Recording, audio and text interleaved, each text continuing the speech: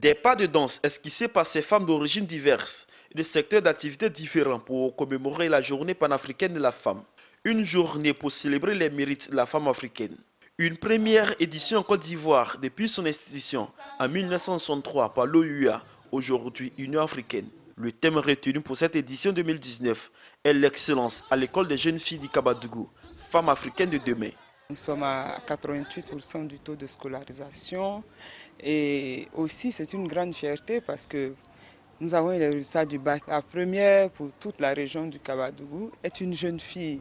C'est pour dire que le message est passé parce qu'au niveau de la commune, nous avons mené une grande campagne de sensibilisation dans les villages de la commune, au sein de la commune elle-même, pour expliquer l'importance de la scolarisation de la jeune fille.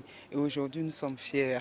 Cette première édition en Côte d'Ivoire de la Journée panafricaine de la femme a été l'occasion pour l'Union africaine de distinguer une trentaine de femmes de la région du Kabadougou, modèles dans leur secteur d'activité, ainsi que la première dame de Côte d'Ivoire, Dominique Ouattara, pour ses initiatives en faveur des femmes africaines.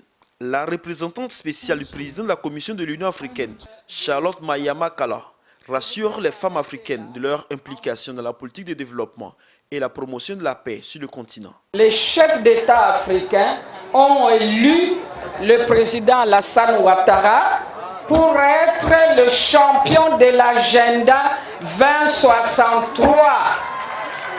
Toute la Côte d'Ivoire doit porter l'agenda 2063 parce que l'Afrique compte sur le président de la République de la Côte d'Ivoire pour la mise en œuvre de l'agenda 2063 qui est la feuille de route dans laquelle on trouve tout ce qui concerne les préoccupations des Africains et particulièrement de la femme africaine. Représentant le président de la République, Alassane Ouattara, à cette cérémonie, Euphrasie Yao a invité les femmes à promouvoir leurs talents, chacune dans son secteur d'activité, afin de lutter contre la pauvreté et assurer la paix en Côte d'Ivoire. Aujourd'hui, l'Afrique a son rôle dans le Conseil des Nations, mais c'est avec toutes les femmes ensemble, les femmes compétentes, qui vont se tirer les unes les autres, que nous allons arriver à voir cette Afrique paisible, prospère, que nous voulons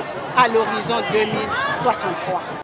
La représentante de la ministre de la Famille, de la Femme et de l'Enfant a rappelé les actions menées par le gouvernement pour l'amélioration du taux de scolarisation de la jeune fille et aussi l'autonomisation de la femme, avant de demander aux parents de protéger les jeunes filles contre les mariages précoces. La journée panafricaine de la femme est célébrée tous les 31 juillet sur le continent africain.